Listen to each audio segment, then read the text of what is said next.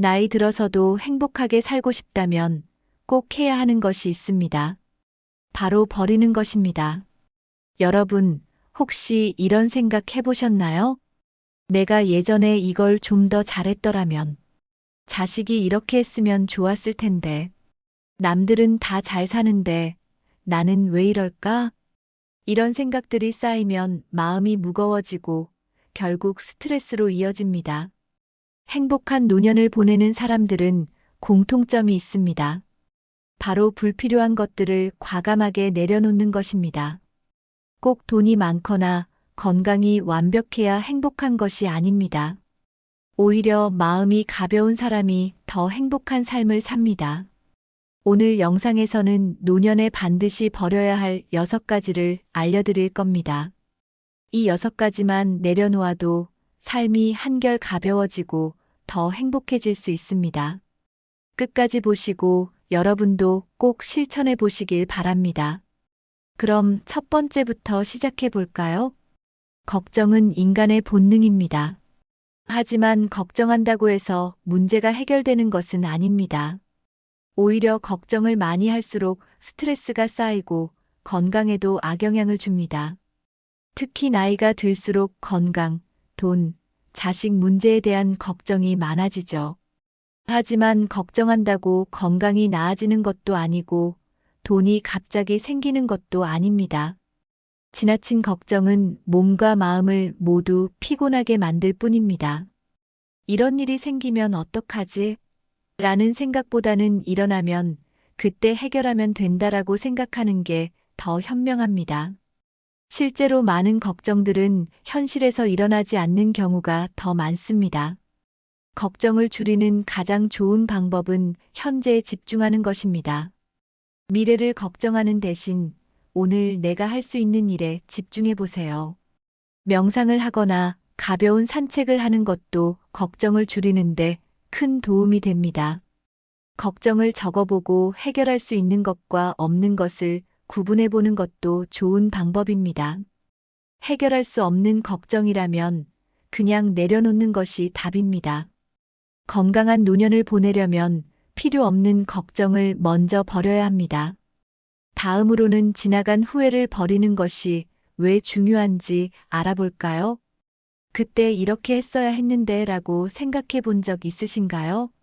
누구나 후회할 일이 있습니다.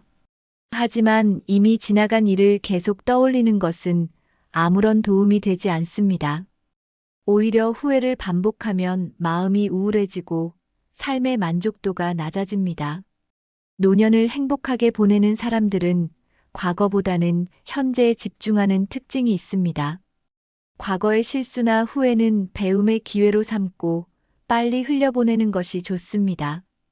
특히 가족 문제나 인간관계에서의 후회는 과거로 돌아가서 바꿀 수 없는 것들입니다. 그때 더 잘해줄 걸보다는 지금부터라도 잘하자라고 생각하는 것이 훨씬 더 건강합니다. 중요한 것은 앞으로 어떻게 살아갈 것인가입니다. 후회를 버리면 마음이 가벼워지고 현재를 더 소중하게 여길 수 있습니다. 과거의 실수는 그저 경험일 뿐입니다. 경험에서 배울 점을 찾고 앞으로 같은 실수를 반복하지 않으면 됩니다. 이제부터는 후회를 줄이고 남은 시간을 행복하게 보내는 것에 집중해 보세요. 후회를 버리는 순간 노년이 한결 더 즐거워질 겁니다. 다음으로 자식 걱정을 줄이는 것이 왜 중요한지 알아볼까요? 그때 이렇게 했으면 더 좋았을 텐데라는 후회, 누구나 한 번쯤 해본 적 있죠? 하지만 지나간 일은 돌이킬 수 없습니다. 후회를 계속하면 마음이 무거워지고 스트레스가 쌓이면서 건강까지 나빠질 수 있습니다. 실제로 연구에 따르면 과거의 후회를 자주 떠올리는 사람일수록 우울감을 더 많이 느낀다고 합니다. 후회하는 마음은 결국 현재의 행복을 빼앗아갑니다. 후회보다는 그 경험을 통해 내가 배운 것이 무엇인지 생각하는 것이 더 중요합니다. 만약 실수를 했다면 그것을 교훈 삼아 앞으로 같은 실수를 하지 않으면 됩니다. 이미 지나간 일을 떠올리며 이렇게 했어야 했는데 라고 생각하는 것은 스스로를 괴롭히는 일일 뿐입니다. 노년을 건강하고 행복하게 보내려면 과거를 끊어내고 현재에 집중하는 것이 가장 중요합니다. 실수했더라도 그때의 나는 최선을 다했을 가능성이 높습니다. 후회를 줄이면 삶이 더 가벼워지고 남은 시간을 더 소중하게 보낼 수 있습니다. 지금 이 순간이 내 인생에서 가장 젊은 날이다라는 말을 기억하세요. 앞으로의 시간을 어떻게 보낼지에 집중하면 후회할 일이 줄어듭니다. 후회를 덜어내는 순간 마음이 한결 편안해지고 남은 인생이 더 즐거워집니다. 다음으로 자식 걱정을 버리는 것이 왜 중요한지 알아볼까요? 부모가 된다는 것은 평생 자식을 걱정하는 삶을 사는 것과 같다고 합니다. 하지만 나이가 들수록 자식을 걱정하기보다는 그들의 독립을 도와주는 것이 더 중요합니다. 부모가 모든 것을 챙겨주려고 하면 자식은 오히려 스스로 해결하는 법을 배우지 못할 수 있습니다. 자식이 독립할 수 있도록 돕는 가장 좋은 방법은 신뢰하는 것입니다. 믿어주고 그들이 스스로 선택할 수 있도록 기회를 주는 것이 중요합니다. 우리 아이가 잘 살고 있을까? 라고 고민하기보다는 나는 내 삶을 잘 살고 있는가를 생각해 보세요. 자식이 부모의 걱정을 받는 것보다 부모가 행복하게 사는 모습을 보는 것이 더 큰 힘이 됩니다. 지나치게 간섭하면 오히려 자식과의 관계가 더 멀어질 수 있습니다. 자식이 원하는 삶을 살 수 있도록 뒤에서 응원해 주는 것이 가장 현명한 부모의 모습입니다. 부모가 지나치게 개입하면 자식이 스스로 결정하는 능력을 기르기 어려워집니다. 자식에게도 자기 인생이 있고 부모도 자신의 삶을 살아야 합니다. 부모가 행복해야 자식도 마음 편하게 살아갈 수 있습니다. 부모가 자식 걱정에서 벗어나면 자식도 부담 없이 자신의 인생을 살아갈 수 있습니다. 이제는 자식보다 자신을 위해 더 많은 시간을 써보는 것이 어떨까요? 다음으로 불필요한 물건을 버리는 것이 왜 중요한지 알아보겠습니다. 집안에 쌓여있는 오래된 물건들 모두 필요할까요? 사실 많은 물건들은 한 번도 사용하지 않거나 필요 없는 것들입니다. 그런데도 버리지 못하는 이유는 혹시 필요할지도 몰라라는 생각 때문입니다. 하지만 불필요한 물건이 많으면 공간도 답답해지고 마음도 무거워집니다. 집이 복잡하면 스트레스도 더 많이 받는다는 연구 결과도 있습니다. 불필요한 물건을 정리하면 삶의 질이 훨씬 좋아집니다. 정리하는 과정에서 추억이 담긴 물건을 발견할 수도 있습니다. 하지만 모든 물건을 간직할 필요는 없습니다. 정말 소중한 몇 가지 물건만 남기고 나머지는 과감히 정리하는 것이 좋습니다. 안 쓰는 물건이 있으면 필요한 사람에게 나눠주는 것도 좋은 방법입니다. 정리하는 과정에서 집안 분위기도 새로워지고 기분도 상쾌해집니다. 나이가 들수록 간편하고 깔끔한 공간에서 생활하는 것이 훨씬 편리합니다. 불필요한 물건을 정리하는 것은 새로운 시작을 의미하기도 합니다. 공간이 정리되면 마음도 더 여유로워지고 생활이 더 즐거워집니다. 다음으로 남과 비교하는 마음을 버리는 것이 왜 중요한지 알아볼까요? 사람들은 흔히 남들과 비교하면서 자신의 가치를 판단합니다. 하지만 남과 비교하는 순간 행복은 점점 멀어지게 됩니다. 저 사람은 저렇게 잘 사는데 나는 왜 이럴까? 이런 생각이 들 때가 있죠? 그런데 그 사람도 자기만의 고민과 어려움을 가지고 있을 가능성이 높습니다. 나이가 들수록 비교하는 습관은 더 큰 스트레스를 가져올 수 있습니다. 특히 요즘은 인터넷과 SNS 때문에 남과 비교하는 일이 더 많아졌습니다. 하지만 온라인에서 보이는 모습이 그 사람의 진짜 삶을 반영하는 것은 아닙니다. 비교하는 순간 내 삶의 소중한 부분들이 보이지 않게 됩니다. 나는 남보다 부족하다라고 생각하면 자신감을 잃고 우울해질 수도 있습니다. 건강한 노후를 보내는 사람들은 남이 아닌 자기 자신에게 집중하는 특징이 있습니다. 비교 대신 내가 가진 것들에 감사하는 습관을 길러보세요. 내가 가진 것들이 얼마나 소중한지 깨닫는 순간 삶이 더 행복해집니다. 중요한 것은 다른 사람보다 잘 사는 것이 아니라 내 삶에 만족하는 것입니다. 행복한 삶을 위해서라도 남과 비교하는 마음을 버려야 합니다. 다음으로 비교하지 않는 습관을 기르는 방법을 알아볼까요? 남과 비교하지 않는 가장 좋은 방법은 자신의 기준을 정하는 것입니다. 나에게 중요한 것이 무엇인지 먼저 생각해 보세요. 예를 들어, 나는 건강하고 평온한 삶을 살고 싶다라고 정할 수도 있습니다. 그러면 남이 비싼 차를 사든 해외여행을 가든 그것이 내 행복과는 상관없다는 걸 알게 됩니다. 자신의 삶을 있는 그대로 받아들이는 것이 행복의 시작입니다. 남과 비교하는 대신 어제의 나와 비교해 보세요. 어제보다 더 건강하고 더 즐거운 하루를 보내고 있다면 그것이 최고의 삶입니다.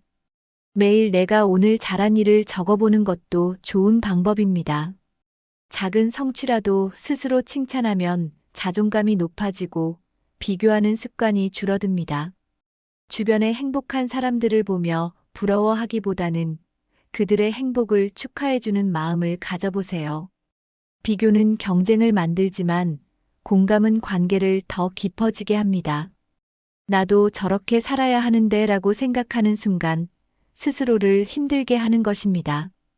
비교하지 않는 연습을 하다 보면 자연스럽게 마음이 편안해질 겁니다. 결국 중요한 것은 남이 아니라 내 삶입니다.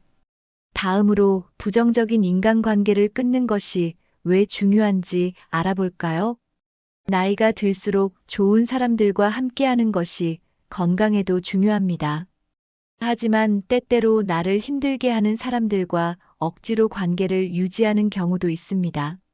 스트레스를 주는 인간관계는 정신 건강뿐만 아니라 신체 건강에도 나쁜 영향을 줍니다. 연구에 따르면 부정적인 관계를 지속하는 사람들은 혈압이 높아지고 면역력도 약해진다고 합니다. 특히 비난을 하거나 부정적인 말을 자주 하는 사람들과 함께하면 자신도 부정적인 감정에 빠질 수 있습니다. 불필요한 다툼이나 갈등이 반복된다면 그 관계를 다시 생각해 볼 필요가 있습니다. 인간관계도 정리가 필요할 때가 있습니다. 좋은 관계는 서로에게 긍정적인 영향을 주는 관계입니다. 반대로 만날 때마다 기분이 나빠지고 에너지가 소진된다면 그 관계를 유지할 이유가 없습니다. 건강한 노후를 위해서는 긍정적인 사람들과 어울리는 것이 중요합니다. 혼자 있는 시간이 많아지더라도 나를 힘들게 하는 사람과 억지로 어울리는 것보다 낫습니다. 인간관계를 끊는 것이 어렵다면 자연스럽게 거리를 두는 방법도 좋습니다. 모든 사람과 잘 지낼 필요는 없습니다. 내 인생에서 진짜 소중한 사람들에게 더 집중하는 것이 훨씬 현명합니다. 다음으로 건강한 인간관계를 유지하는 방법을 알아볼까요? 불필요한 인간관계를 정리하는 가장 좋은 방법은 자연스럽게 거리를 두는 것입니다. 먼저 자주 연락을 하던 사람이라면 연락 빈도를 줄여보세요. 무례한 말을 자주 하는 사람이라면 그 자리에서 정중하게 선을 긋는 것이 중요합니다.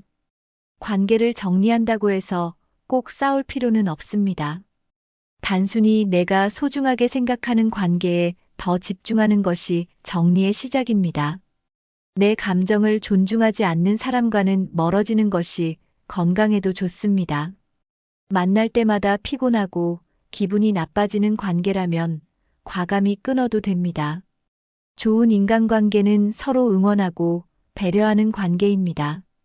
관계를 정리하는 것에 죄책감을 가질 필요는 없습니다. 오히려 내 삶을 더 건강하고 행복하게 만들기 위한 과정이라고 생각하면 좋습니다. 주변에 긍정적인 영향을 주는 사람들과 더 자주 어울리세요. 좋은 에너지를 주고받는 관계일수록 삶의 만족도가 높아집니다. 이제부터라도 필요 없는 관계는 줄이고 좋은 관계를 더 소중히 여겨보세요. 인간관계가 단순해질수록 마음도 더 평온해질 것입니다. 이제 마지막으로 오늘 배운 내용을 정리해 보겠습니다. 오늘 알려드린 노년에 반드시 버려야 할 6가지, 여러분은 얼마나 공감하셨나요? 다시 한번 정리해 보겠습니다. 첫 번째, 불필요한 걱정은 이제 그만. 걱정한다고 해결되지 않습니다. 두 번째, 지나간 후회는 흘려보내야 합니다. 후회는 건강을 해칠 뿐입니다. 세 번째, 자식 걱정을 내려놓고 이제는 나를 위한 삶을 살아야 합니다. 네 번째, 불필요한 물건을 정리하면 공간도 마음도 더 가벼워집니다. 다섯 번째, 남과 비교하는 마음을 버리면 내 삶에 더 집중할 수 있습니다. 여섯 번째, 부정적인 인간관계는 과감히 정리하고 좋은 사람들과 함께 하세요. 이 6가지만 버려도 여러분의 노후는 훨씬 더 행복하고 가벼워질 것입니다. 이제 중요한 것은 지금부터 실천하는 것입니다. 당장 오늘부터라도 한 가지씩 내려놓아 보세요. 작은 변화가 쌓이면 삶이 더 긍정적으로 변할 것입니다. 여러분은 이 중에서 가장 버리기 어려운 것이 무엇인가요? 혹시 이미 실천하고 계신 것들이 있다면 댓글로 공유해 주세요. 영상이 도움이 되셨다면 좋아요와 구독, 그리고 주변 분들과 공유해 주세요.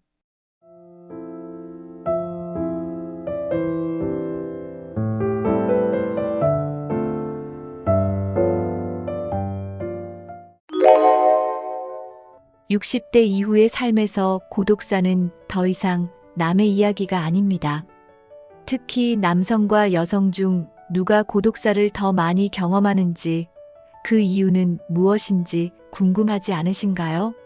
이 문제는 단순히 숫자로만 볼 수 없는 복잡한 사회적, 개인적 원인이 얽혀 있습니다. 오늘은 60대 남성과 여성의 고독사 비율과 그 이유를 분석하며 우리가 어떻게 이 문제를 예방할 수 있을지 이야기해 보겠습니다. 끝까지 시청하시며 이 중요한 주제를 함께 고민해 보세요. 1. 60대 남성과 여성의 고독사 통계. 남성과 여성의 고독사 비율 비교. 고독사 통계는 남성이 여성보다 더 높은 비율을 보이고 있습니다. 특히 60대 이후 남성의 고독사는 은퇴와 배우자 상실 등으로 인해 급격히 증가합니다.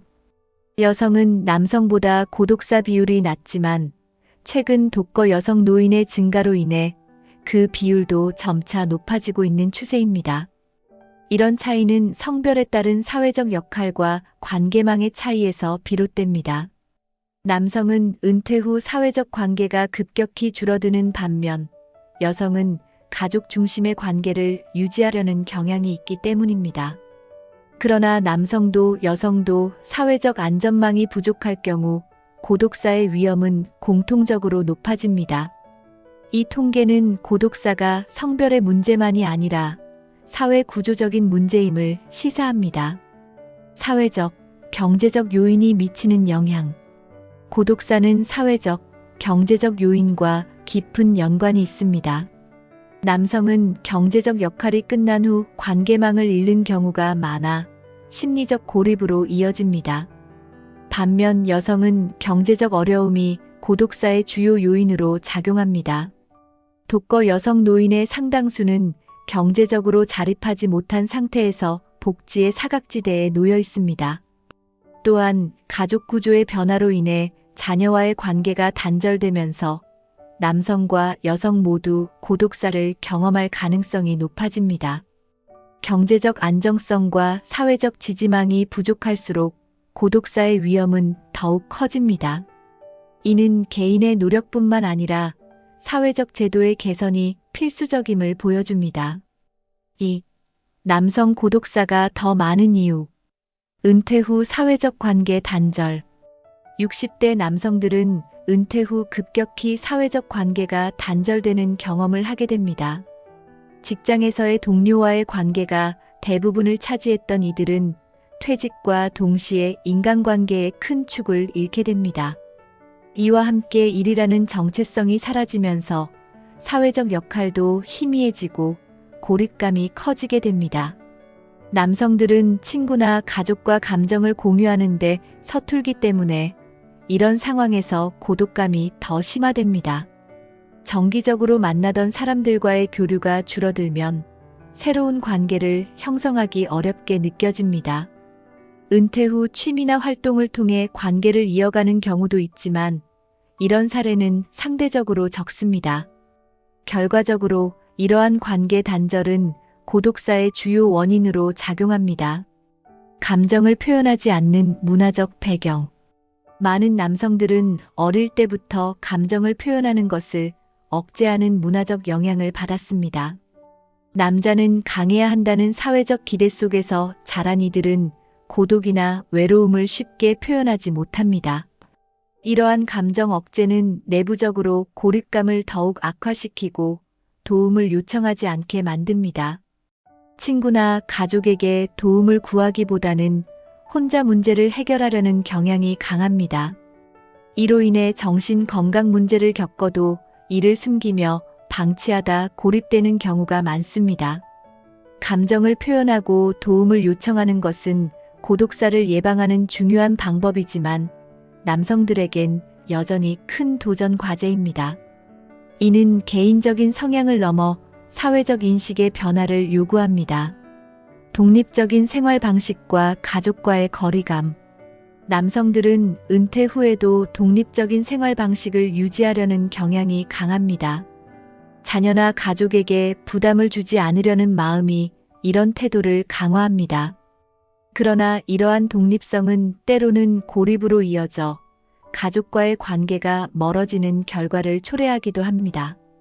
자주 연락하거나 도움을 요청하지 않다 보니 점점 가족들과의 교류가 줄어들게 됩니다. 특히 독거 남성 노인들은 이러한 상황에서 외로움이 극대화될 수 있습니다. 독립적인 생활이 중요한 가치일 수 있지만 관계를 유지하는 데 필요한 최소한의 교류는 반드시 필요합니다. 이런 생활 방식은 때로는 고독사를 부르는 위험 요소로 작용할 수 있습니다. 3. 여성 고독사가 늘어나는 이유. 배우자 사망 후의 심리적 고립. 60대 이후 여성들은 배우자를 잃으면서 심리적 고립을 경험하는 경우가 많습니다. 남성보다 평균 수명이 긴 여성들은 배우자와 사별한 후 혼자 살아가는 시간이 더 길어질 가능성이 높습니다. 배우자와의 상실은 단순히 정서적 고통뿐 아니라 생활 전반에서 의지하던 존재를 잃게 되는 경험을 의미합니다. 혼자서 가정을 꾸려나가야 하는 책임감과 외로움이 동시에 찾아오면서 심리적으로 큰 부담을 느낄 수 있습니다. 특히 배우자를 잃은 이후 사회적 교류가 줄어들면 고립감은 더 심화됩니다. 여성들은 대체로 감정을 나누는 능력이 뛰어나다고 하지만 배우자와의 상실은 그마저도 어렵게 만드는 경우가 많습니다. 이런 상황은 결국 고독사의 위험을 높이는 요인으로 작용합니다. 경제적 어려움과 복지 사각지대. 여성 고독사의 또 다른 주요 원인은 경제적 어려움입니다. 많은 여성들은 젊은 시절 경제활동에 참여하지 못하거나 참여했더라도 안정적인 소득을 누리지 못한 경우가 많습니다. 이로 인해 노후의 경제적 자립이 어려워지고 복지의 사각지대에 놓이게 됩니다. 특히 독거 여성 노인의 경우 고정된 소득 없이 기초연금에만 의존해야 하는 현실이 고립과 빈곤을 동시에 유발합니다. 경제적 불안정은 정신적 스트레스를 가중시키고 사회적 관계를 유지하거나 새로 형성하는 데도 제약이 됩니다. 사회적 지원이 부족한 상황에서는 이런 문제들이 복합적으로 얽혀 여성 고독사의 주요 원인으로 작용하게 됩니다. 오래된 관계의 단절과 새로운 관계 형성의 어려움. 여성들은 나이가 들수록 오래된 관계들이 점차 단절되는 경험을 합니다. 친구들이 사망하거나 거리가 멀어지면서 기존의 정서적 지지망이 약해질 수 있습니다. 새롭게 관계를 형성하려고 해도 나이 든 여성들에게는 이를 시도하는 것이 쉽지 않은 과제입니다. 나이가 들수록 새로운 환경에 적응하거나 새로운 사람과 관계를 맺는 것이 더 어렵게 느껴질 수 있습니다. 가족과의 교류도 줄어들면서 정서적으로 더욱 고립되기 쉽습니다. 기존의 관계가 단절되고 새로운 관계를 만들기 어려운 현실은 여성들에게 고독사의 위험을 높이는 중요한 요인이 됩니다. 이는 여성 고독사 문제가 단순히 개인의 문제가 아니라 사회적 지원이 필요하다는 것을 보여줍니다. 4. 고독사의 사회적 요인과 구조적 문제. 가족 구조 변화와 1인 가구 증가. 최근 들어 전통적인 가족 구조가 점차 변화하면서 1인 가구가 급증하고 있습니다. 이는 젊은 세대뿐 아니라 노년층에서도 두드러지게 나타나는 현상입니다.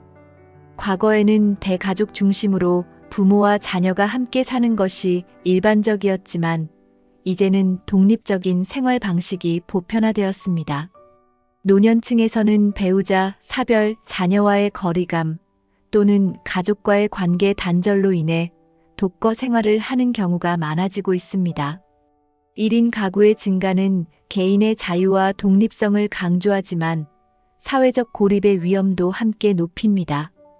특히 사회적 안전망이 부족한 경우 1인 가구 노인들은 고독사의 위험에 더 크게 노출됩니다.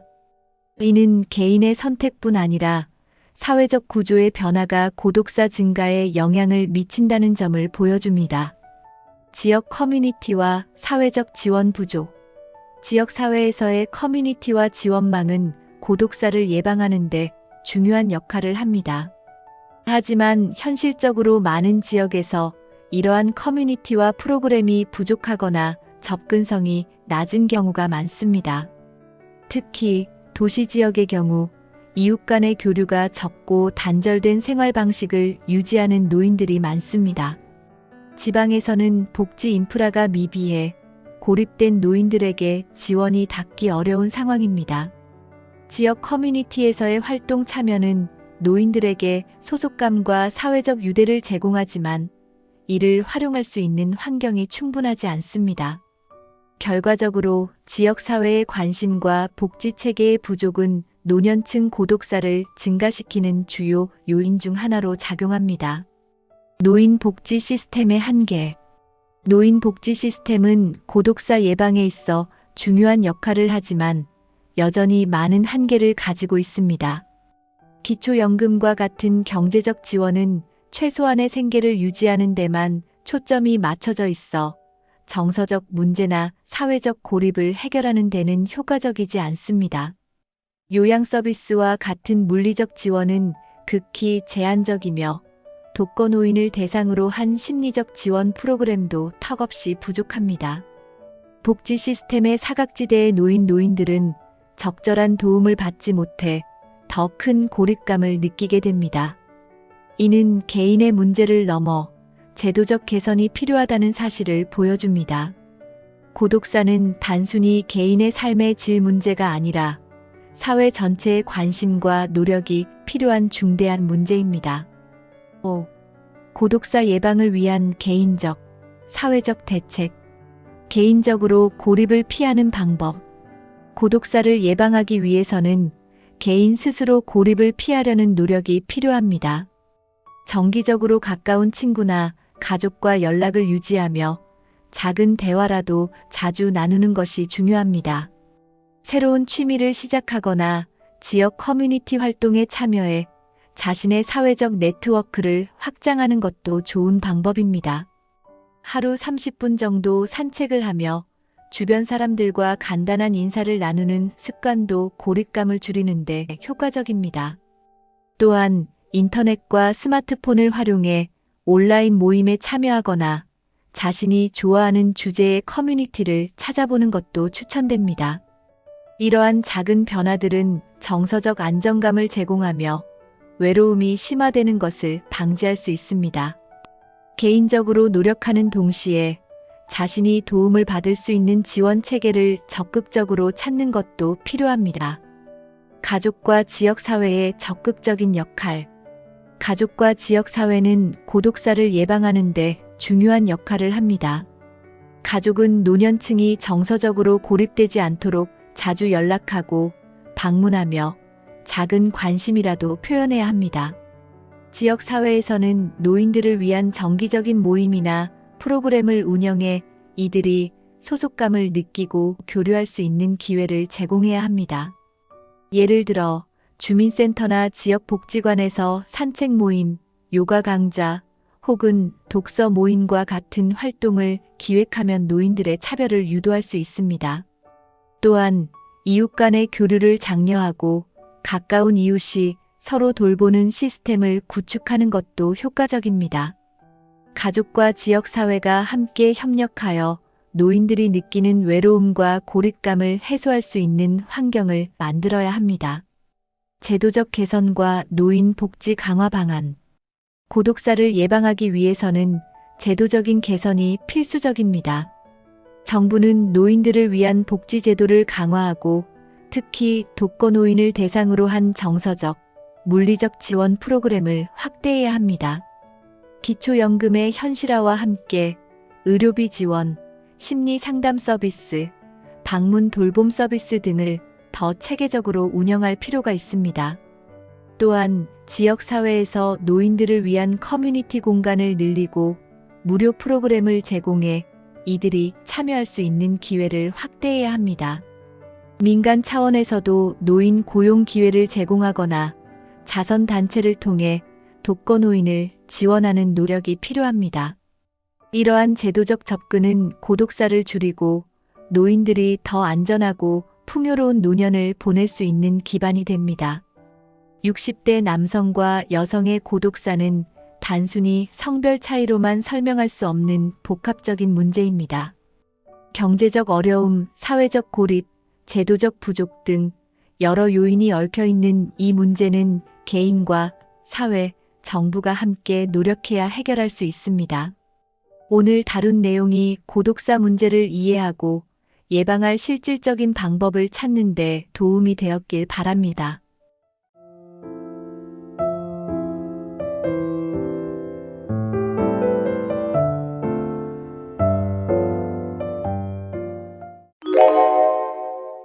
많은 베이비부머 세대가 은퇴 후에도 경제적 독립을 유지하기 위해 일하는 경우가 많습니다.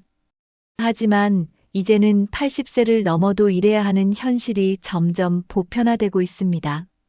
국민연금, 의료비, 생활비 등 다양한 문제들이 이 현실을 만들고 있습니다. 오늘은 베이비부머 세대가 80세 이후에도 계속 일해야 하는 이유와 그 배경, 그리고 이를 해결할 방법을 탐구해 보겠습니다. 끝까지 시청하시면서 현재 상황을 이해하고 더 나은 노후를 준비할 수 있는 방법을 찾아보세요. 1. 80세에도 일해야 하는 이유 경제적 요인. 국민연금과 은퇴 후 생활비 부족의 현실. 국민연금은 많은 사람들이 노후의 주요 소득원으로 생각하지만 현실적으로 충분하지 않은 경우가 많습니다. 평균적인 국민연금 수령액은 생활비를 충당하기에는 턱없이 부족한 수준입니다. 은퇴 후에도 주거비, 생활비, 의료비 등 필수적인 지출이 계속 발생하기 때문에 추가 소득원이 없으면 생계를 유지하기 어려워집니다. 특히 물가 상승으로 인해 노후 생활비는 더욱 증가하고 있지만 연금은 그 변화를 따라가지 못하고 있습니다. 개인연금이나 퇴직연금을 준비하지 못한 사람들은 이 문제를 더욱 심각하게 느낍니다. 이로 인해 많은 베이비부머 세대가 80세 이후에도 경제적 필요로 인해 일을 해야 하는 상황에 처하고 있습니다. 국민연금만으로는 노후를 안정적으로 유지할 수 없다는 현실을 직시해야 합니다. 노후 자산 소진과 계속되는 경제적 부담. 은퇴 후 초반에는 저축한 자산으로 생활을 유지할 수 있지만 장수 시대에서는 이 자산이 금세 소진되는 경우가 많습니다. 평균 수명이 늘어나면서 예전보다 더 긴 기간 동안 노후 생활비를 충당해야 하기 때문입니다. 자녀 지원, 예상치 못한 의료비, 생활비 상승 등으로 인해 자산 소진 속도는 더욱 빨라질 수 있습니다. 특히 투자 실패나 경제 불황으로 인해 자산 가치가 하락하면 상황은 더욱 악화됩니다. 이런 경우 80세를 넘어도 자산을 보충하기 위해 일할 수밖에 없게 됩니다. 자산 관리가 부족하거나 계획 없이 은퇴를 맞이한 사람들에게는 더 큰 부담으로 다가옵니다. 자산 소진 문제는 노후 계획의 중요성을 다시 한번 상기시킵니다. 의료비와 생활비 상승이 초래하는 재정 압박. 노후에는 의료비가 가장 큰 부담으로 다가옵니다. 나이가 들수록 만성질환 관리와 정기적인 건강검진, 약물 치료 등으로 의료비 지출이 늘어나기 때문입니다.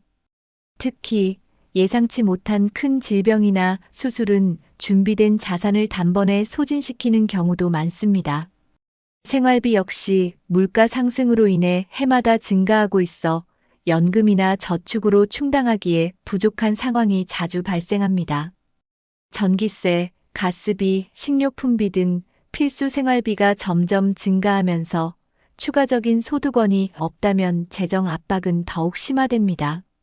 이러한 경제적 압박은 노후를 더 이상 쉬는 시간이 아니라 계속해서 일을 해야만 생계를 유지할 수 있는 시기로 바꿔놓습니다. 의료비와 생활비 상승은 고령화 사회의 현실을 체감하게 만드는 주요 요인입니다. 따라서 80세 이후에도 경제 활동이 필요한 이유는 단순히 생존을 위한 필수 조건이 되고 있습니다. 2. 사회 구조적 문제와 고령 노동. 고령화 사회와 일자리 부족 문제. 고령화 사회로 진입하면서 65세 이상의 인구가 전체의 상당 부분을 차지하고 있습니다. 그러나 노년층을 위한 적합한 일자리 수는 여전히 부족한 상황입니다. 청년층과 고령층 간의 일자리 경쟁도 심화되고 있어 고령 노동자들이 안정적인 일자리를 구하기가 더욱 어려워지고 있습니다. 특히 기술과 전문성이 필요한 직종에서는 고령 노동자가 경쟁에서 밀리는 경우가 많습니다. 반면 단순 노동이나 비정규직 일자리는 고령층에게 집중되는 경향이 있지만 이들 직업은 대개 낮은 임금과 불안정한 근로 환경을 제공합니다. 이는 80세가 넘어서까지 일을 해도 충분한 수익을 얻기 어려운 구조를 만들어냅니다. 고령화 사회에서 일자리 부족 문제는 경제적 어려움을 더 악화시키는 요소 중 하나입니다. 고령 노동자들이 안정적으로 일할 수 있는 환경을 조성하는 것이 시급한 과제로 떠오르고 있습니다. 사회적 안전망의 한계와 복지 사각지대. 사회적 안전망이 제대로 갖춰지지 않은 상황에서 많은 노인들이 복지 혜택의 사각지대에 놓여 있습니다. 국민연금과 기초연금이 있지만 그 혜택은 기본적인 생활을 유지하기에 턱없이 부족합니다. 저소득 노년층은 복지 혜택을 신청할 때에도 복잡한 절차와 제도의 허점으로 인해 혜택을 받지 못하는 경우가 많습니다. 또한 중산층 노년층은 복지 기준에 맞지 않아 지원을 받을 수 없지만 동시에 자산 소진으로 인해 생활비를 충당하지 못하는 이중고를 겪습니다. 이러한 복지 시스템의 한계는 고령 노동을 부추기는 주요 원인이 되고 있습니다. 복지의 사각지대에서 벗어나지 못한 많은 노인들이 생계를 유지하기 위해 불가피하게 계속 일을 선택할 수밖에 없습니다. 이는 노인 복지 정책의 재설계가 시급히 요구되는 이유 중 하나입니다. 고령자에게 적합한 일자리 부족. 고령화 시대에도 여전히 많은 일자리가 젊은 층 중심으로 설계되어 있어 고령자에게 적합한 일자리는 매우 한정적입니다. 특히 체력적 부담이 적고 경험과 지식을 활용할 수 있는 직업은 거의 찾아보기 어렵습니다. 대부분의 고령 노동자들은 단순 노동이나 비정규직 일자리에 종사하며 낮은 임금과 열악한 근로 환경을 감수해야 합니다. 이러한 일자리들은 고령자의 신체적 정신적 부담을 가중시키고 장기적으로는 건강 악화를 초래할 수 있습니다. 기술적 변화와 자동화로 인해 전통적인 일자리가 줄어드는 상황도 고령자들이 일자리를 찾는 데 큰 걸림돌이 되고 있습니다. 또한 고령자를 고용하려는 기업의 인식 부족과 사회적 지원의 부재는 문제를 더욱 악화시킵니다. 고령자에게 적합한 일자리를 확대하고 노동 환경을 개선하는 것이 필수적인 과제로 떠오르고 있습니다. 3. 베이비부머 세대의 일에 대한 심리적 영향. 경제적 이유를 넘어선 일의 의미와 자존감. 베이비부머 세대는 단순히 경제적 필요 때문에 일하는 것만이 아닙니다. 많은 경우 이를 통해 자존감과 정체성을 유지하려는 심리적 이유도 작용합니다. 오랜 기간 동안 직업이 삶의 중심이었던 이들에게 은퇴 후의 삶은 공허함과 목적 의식의 상실로 다가올 수 있습니다. 따라서 이를 통해 자신의 가치를 확인하고 삶의 의미를 다시 찾으려는 노력이 이어집니다. 경제적 보상이 적더라도 사회적 참여와 역할을 유지할 수 있다는 점에서 일은 중요한 의미를 가집니다. 이는 단순히 생계를 위한 노동이 아니라 삶의 질과 연결된 문제로 이해해야 합니다. 베이비부머 세대가 계속 일하고자 하는 이유는 자신을 가치 있는 존재로 느끼고 싶어하는 자연스러운 욕구에서 비롯됩니다. 이를 존중하고 그들에게 적합한 기회를 제공하는 것이 중요합니다. 일하지 않으면 느껴지는 소외감과 외로움. 일은 단순히 돈을 벌기 위한 활동만이 아닙니다. 사회와 연결되는 중요한 매개체로 작용하며 이를 통해 사람들은 소속감을 느낍니다. 베이비부머 세대는 오랜 기간 직업과 직장 내 관계를 통해 사회적 유대감을 형성해왔습니다. 은퇴 후 이러한 관계가 단절되면 소외감과 외로움을 경험하기 쉽습니다. 일을 그만둔 후에는 가족이나 친구와의 관계만으로 정서적 공백을 채우기가 어렵습니다. 반면 계속 일을 하게 되면 일터에서 새로운 사람들과 교류하며 사회적 소속감을 유지할 수 있습니다. 이런 소외감 극복을 위해 베이비부머 세대는 경제적 이유와 무관하게 일을 선택하는 경우도 많습니다. 이처럼 일은 외로움을 줄이고 삶의 활력을 유지하는 데 중요한 역할을 합니다. 소제목 3. 지속적인 사회 참여가 건강에 미치는 긍정적 효과. 일은 신체적, 정신적 건강을 유지하는 데도 긍정적인 영향을 미칩니다. 규칙적인 업무는 일상의 리듬을 제공하며 신체 활동과 두뇌 활동을 동시에 자극합니다. 이는 치매와 같은 노년기 질환을 예방하는 데도 도움을 줄 수 있습니다. 또한 사회 참여는 정서적 안정을 제공하며 우울증을 예방하는 데 효과적입니다. 이를 통해 타인과 소통하고 자신이 사회에 기여하고 있다는 느낌을 받으면 삶의 만족도가 높아집니다. 이러한 심리적 만족은 건강한 노화를 촉진하는 중요한 요인입니다. 베이비부머 세대가 일터에 남아 사회와 연결된 상태를 유지하는 것은 단순히 생계 이상의 의미를 가집니다. 따라서 지속적인 사회 참여를 지원하는 환경과 제도를 마련하는 것이 필요합니다. 4. 고령 노동자의 현실과 문제점. 신체적 정신적 부담 증가. 고령 노동자는 신체적, 정신적으로 많은 부담을 안고 일을 해야 하는 경우가 많습니다. 나이가 들수록 체력과 건강 상태는 자연스럽게 저하되기 때문에 젊은 시절처럼 높은 생산성을 유지하기가 어렵습니다. 장시간 서 있거나 무거운 짐을 드는 단순 노동은 신체적으로 특히 큰 부담을 줍니다.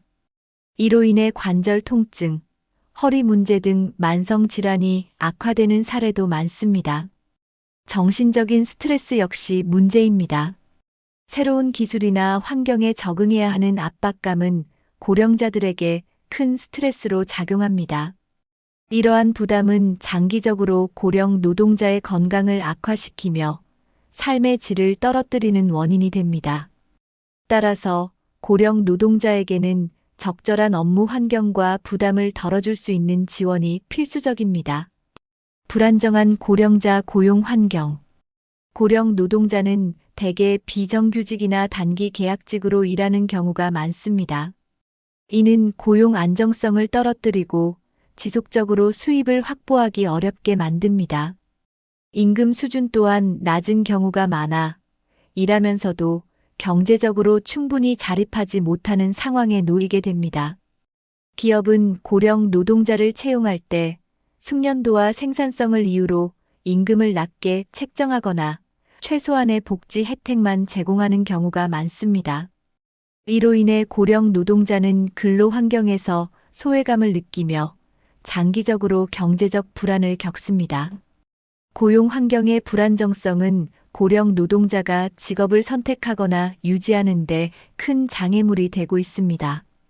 이를 해결하기 위해 고령 친화적인 고용 정책과 제도적 지원이 절실히 필요합니다. 노동 환경 개선의 필요성. 고령 노동자들이 안전하고 건강하게 일할 수 있도록 노동 환경을 개선하는 것은 매우 중요합니다. 예를 들어 체력적 부담을 줄일 수 있는 작업 도구나 시스템을 도입해야 합니다. 업무 시간이 길거나 불규칙한 환경은 고령 노동자에게 더욱 큰 부담을 줄 수 있기 때문에 유연한 근무 시간 제도를 마련하는 것도 중요합니다. 또한 업무 중 안전사고를 예방하기 위해 직무 교육과 안전장비 제공이 필요합니다.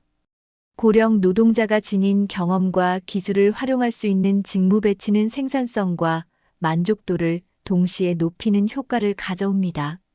노동 환경 개선은 단순히 고령자를 배려하는 것이 아니라 전체 노동시장의 균형과 효율성을 높이는 데 기여합니다.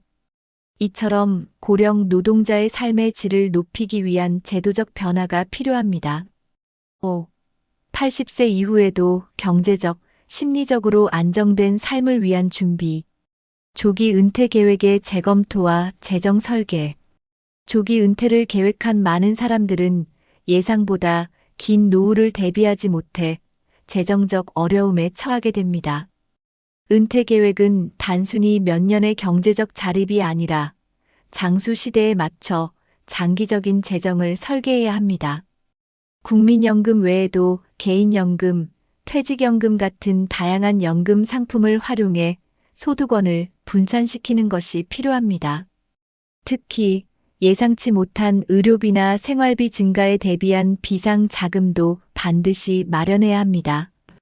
은퇴 시점도 유연하게 재검토해 경제적 여유가 확보될 때까지 일할 수 있는 선택지를 열어두는 것이 중요합니다.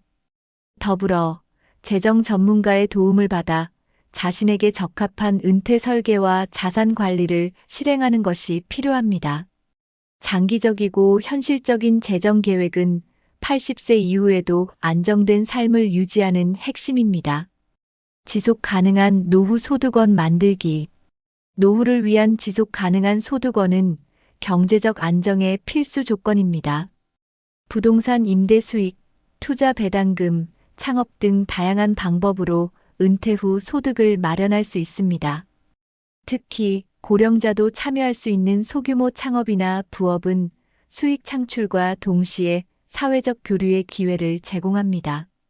기술 변화에 따라 온라인 플랫폼을 활용한 강의, 글쓰기, 프리랜서 활동 같은 비대면 직업도 노후 소득원으로 주목받고 있습니다. 이러한 활동은 소득을 제공하는 동시에 정신적 만족감과 성취감을 높여줍니다.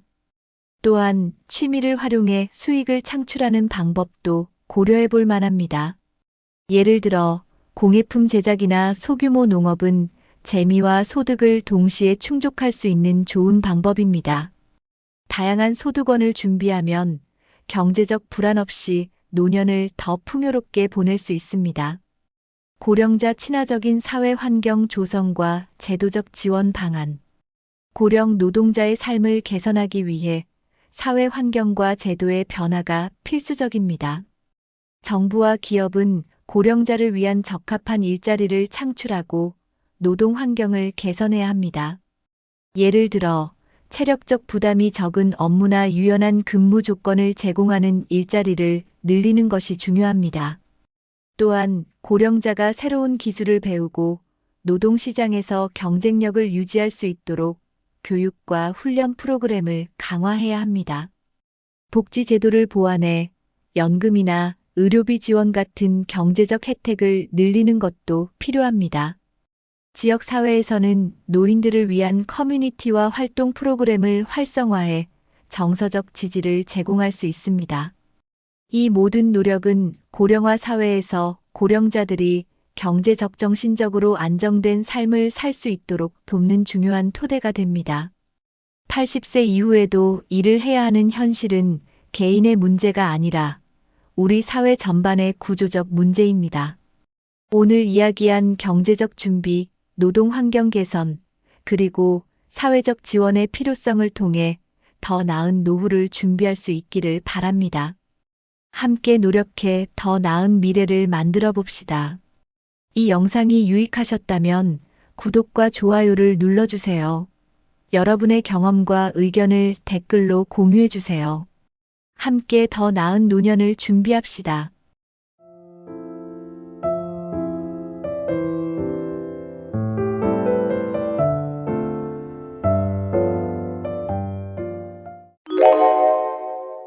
백세 시대의 장수는 더 이상 축복만은 아닙니다. 은퇴 후 경제적 어려움, 건강 문제, 사회적 고립 등 다양한 도전이 우리를 기다리고 있습니다. 하지만 이런 비극을 희극으로 바꾸는 방법이 분명히 있습니다. 행복한 노후를 위해 지금부터 준비하면 더 즐거운 백세를 보낼 수 있습니다. 오늘은 경제적 안정, 건강 관리, 관계 유지, 자기 개발, 그리고 긍정적인 마인드 등 5가지 핵심 전략을 소개하겠습니다. 끝까지 시청하시면서 여러분의 삶에 적용할 수 있는 방법을 찾아보세요. 시작해 볼까요? 1. 경제적 안정으로 비극을 예방하기.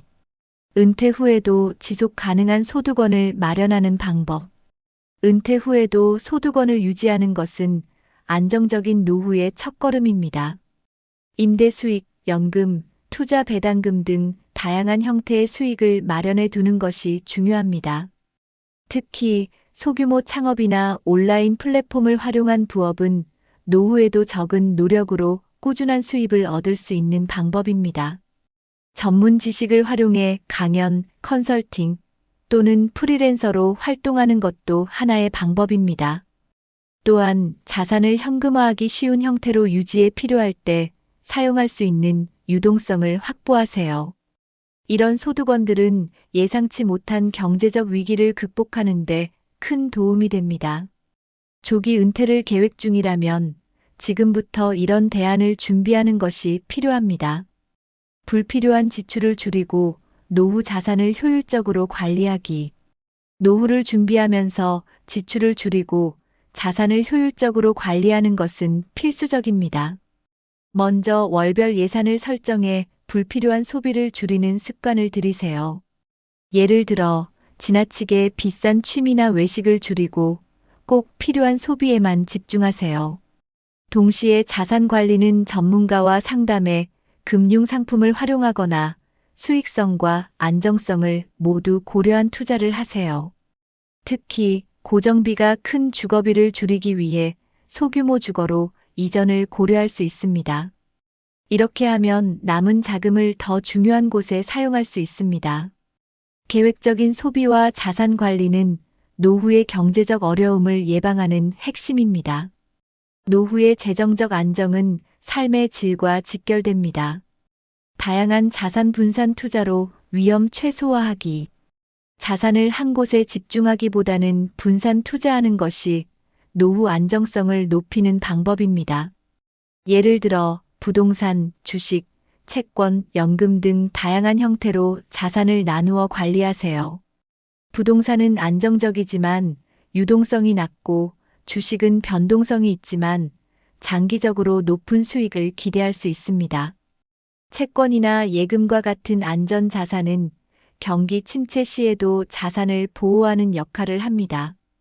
또한 연금 상품은 매달 일정 금액을 제공해 생활비를 보장해주는 중요한 도구입니다. 분산 투자는 특정 자산의 가치 하락이나 경제 위기에도 전체 자산의 안정성을 유지할 수 있도록 도와줍니다. 전문가의 도움을 받아 자신의 상황에 맞는 투자 전략을 세우는 것이 필수적입니다. 2. 건강한 신체로 장수를 축복으로 만들기. 꾸준한 운동과 균형 잡힌 식단의 중요성. 건강한 신체는 장수를 축복으로 만드는 가장 기본적인 요소입니다. 매일 30분 이상의 가벼운 운동을 통해 신체를 활기차게 유지하세요.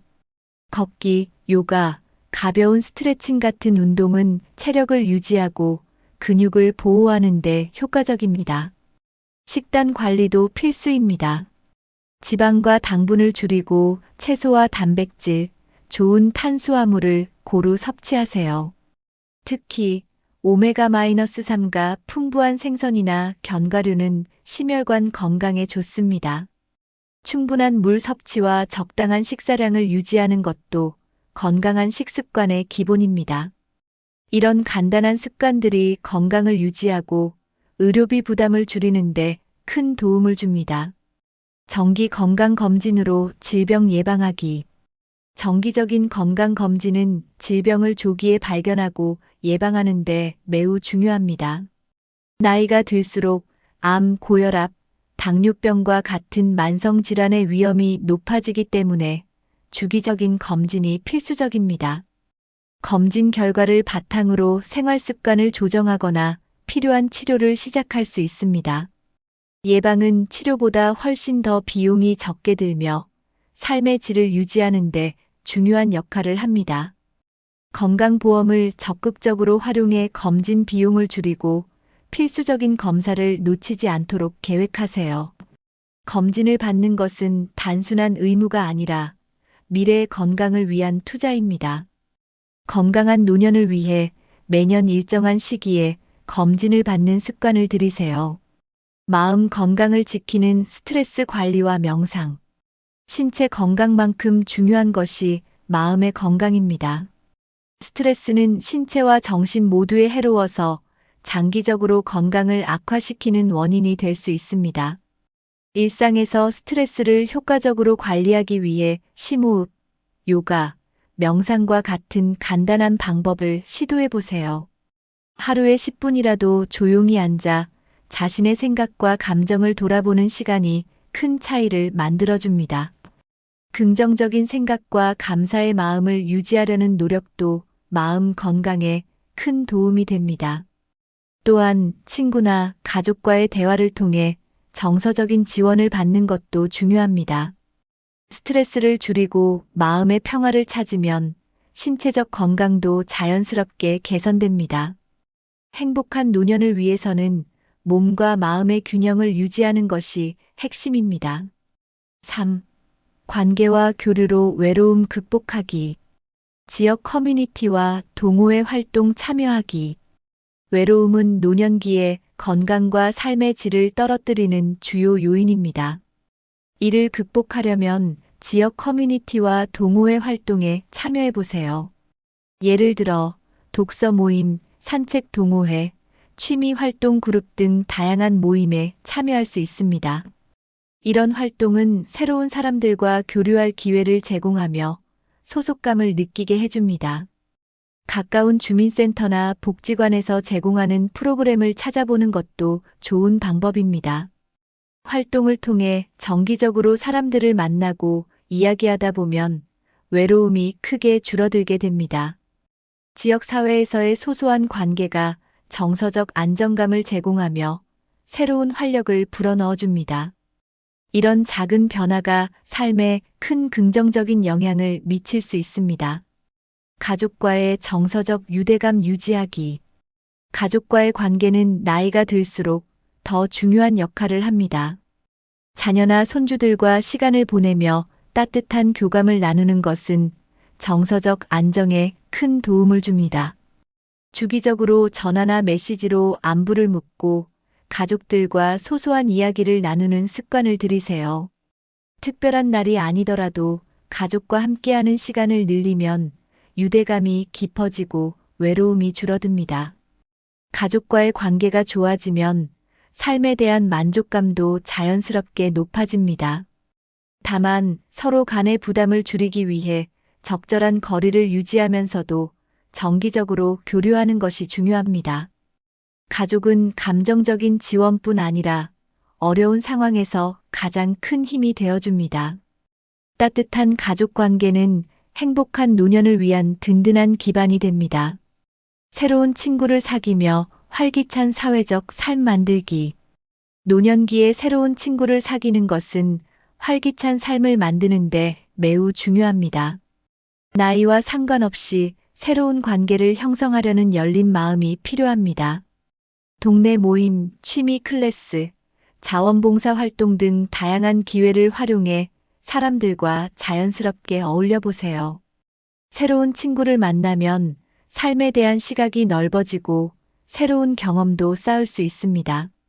특히 같은 관심사를 공유하는 사람들과의 교류는 더 깊은 유대감을 형성하게 도와줍니다. 처음에는 어색할 수 있지만 꾸준히 시도하면 관계가 자연스럽게 발전합니다. 새로운 친구들과의 교류는 외로움을 줄이고 정서적 안정감을 제공하며 삶의 즐거움을 크게 높여줍니다. 4. 자기 개발과 취미로 의미 있는 삶 찾기. 나이와 상관없이 새로운 기술과 지식을 배우기. 나이는 배움의 한계가 아닙니다. 노년기에 새로운 기술이나 지식을 배우는 것은 삶에 활력을 불어넣는 훌륭한 방법입니다. 예를 들어 컴퓨터 사용법, 외국어, 그림 그리기 등 다양한 분야에 도전할 수 있습니다. 온라인 강의나 지역 강좌를 활용하면 편리하게 배울 기회를 얻을 수 있습니다. 새로운 것을 배우는 과정에서 성취감을 느끼고 자신감도 높아집니다. 이러한 활동은 뇌를 활발하게 유지해 치매 예방에도 도움이 됩니다. 배움의 즐거움은 단순히 지식을 쌓는 것에 그치지 않고 삶에 대한 긍정적인 태도를 유지하게 도와줍니다. 무엇보다 배우는 과정을 통해 새로운 사람들과 연결될 기회도 생깁니다. 오랫동안 하고 싶었던 취미를 시작하기. 오랜 시간 마음속에 간직했던 취미를 시작할 절호의 기회가 바로 노년기입니다. 예를 들어 사진 찍기, 글쓰기, 악기 연주 같은 개인적인 취미를 다시 시작하거나 새롭게 도전해 보세요. 이런 활동은 자신만의 시간을 가질 수 있게 해주며 정서적으로도 안정감을 줍니다. 특히 창의적인 취미는 생각을 자유롭게 표현할 기회를 주어 스트레스 해소에도 효과적입니다. 취미를 통해 느끼는 성취감은 삶의 질을 높이는데 큰 역할을 합니다. 그룹 활동이 가능한 취미를 선택하면 새로운 사람들과 교류하며 외로움을 줄일 수도 있습니다. 좋아하는 취미를 찾고 즐기는 것은 행복한 노년을 만드는데 중요한 열쇠입니다. 봉사와 나눔을 통해 얻는 삶의 보람. 봉사와 나눔은 노년기에 삶의 의미를 더하는 강력한 방법입니다. 지역사회에서 봉사활동에 참여하면 다른 사람들에게 도움을 줄 뿐만 아니라 자신도 정서적으로 충만함을 느낄 수 있습니다. 예를 들어 독거노인을 위한 음식 배달, 아이들에게 책 읽어주기, 환경보호 활동 등이 좋은 시작점이 될 수 있습니다. 봉사는 단순히 시간을 보내는 활동이 아니라 소속감과 자기 효능감을 키우는 기회가 됩니다. 또한 나눔을 통해 새로운 인연을 만나고 다양한 사람들과 교류하면서 외로움을 극복할 수 있습니다. 작은 도움이라도 받는 사람에게는 큰 영향을 줄 수 있다는 점에서 봉사는 2배로 보람을 느끼게 합니다. 삶에 대한 긍정적인 에너지를 얻고 자신이 사회에 기여하고 있다는 만족감을 누릴 수 있습니다. 5. 긍정적인 마인드로 삶의 태도 바꾸기. 과거에 얽매이지 않고 현재를 즐기기. 노년기를 행복하게 보내기 위해서는 과거의 후회나 실수에 얽매이지 않는 자세가 필요합니다. 과거는 바꿀 수 없지만 현재와 미래는 얼마든지 긍정적으로 만들어갈 수 있습니다. 오늘 하루를 더 즐겁게 보내기 위해 소소한 목표를 세우고 달성해 보세요. 작은 산책, 좋아하는 음식을 먹는 일, 취미 활동 같은 사소한 일에서도 행복을 찾을 수 있습니다. 또한 지금의 자신을 인정하고 현재의 환경에서 감사할 점을 찾아보는 습관을 들이세요. 과거를 돌아보는 대신 지금의 순간에 집중하면 스트레스와 불안을 줄일 수 있습니다. 현재를 충실히 살아가는 태도는 노년기를 더 풍요롭고 의미 있게 만들어줍니다. 감사 일기를 쓰며 긍정적인 에너지를 채우기. 감사 일기를 쓰는 것은 긍정적인 에너지를 채우는 가장 간단한 방법 중 하나입니다. 하루 동안 감사했던 일을 3가지 정도 적어보세요. 예를 들어, 오늘 마신 따뜻한 커피, 친절한 인사 한마디, 맑은 하늘 같은 작은 일들에 감사해보세요. 이런 습관은 삶에 대한 태도를 긍정적으로 바꾸고 어려운 상황에서도 감사할 점을 발견할 수 있게 해줍니다. 감사하는 마음은 스트레스를 줄이고 심리적 안정감을 높이는 데 효과적입니다. 매일 조금씩 감사의 마음을 기록하면 시간이 지나면서 삶에 대한 만족감이 더욱 커집니다. 감사를 표현하고 기록하는 이 간단한 습관은 행복한 노년의 비결이 될 수 있습니다. 작은 성취를 통해 삶의 기쁨 느끼기. 작은 성취는 노년기에 큰 활력을 불어넣어 줍니다. 매일 할 수 있는 간단한 목표를 세우고 이를 달성하며 성취감을 느껴보세요. 예를 들어 정원을 가꾸거나 좋아하는 책 한 권을 읽거나 간단한 요리를 만들어 보는 것이 좋은 시작입니다. 이런 활동은 삶의 구조를 부여하고 하루하루를 더 의미 있게 만들어줍니다. 성취는 자신감을 높여주고 나이가 들어도 여전히 성장할 수 있다는 느낌을 줍니다. 성취를 통해 삶에 대한 긍정적인 시각을 가지면 노년기의 비극적인 순간들도 희극으로 바뀔 수 있습니다. 작은 성공이 쌓여 큰 행복을 이루는 노년기를 만들어 보세요. 100세 시대는 도전과 기회의 시대입니다. 오늘 이야기한 경제적 안정, 건강관리, 관계 유지, 자기 개발, 긍정적인 마인드 5가지를 실천하며 비극을 희극으로 바꿀 준비를 시작해 보세요. 지금부터 작은 변화가 100세 시대를 더 행복하게 만들어줄 것입니다. 이 영상이 유익하셨다면 구독과 좋아요를 눌러주세요. 여러분의 100세 시대를 위한 비결도 댓글로 공유해주세요. 함께 더 나은 노후를 만들어 갑시다.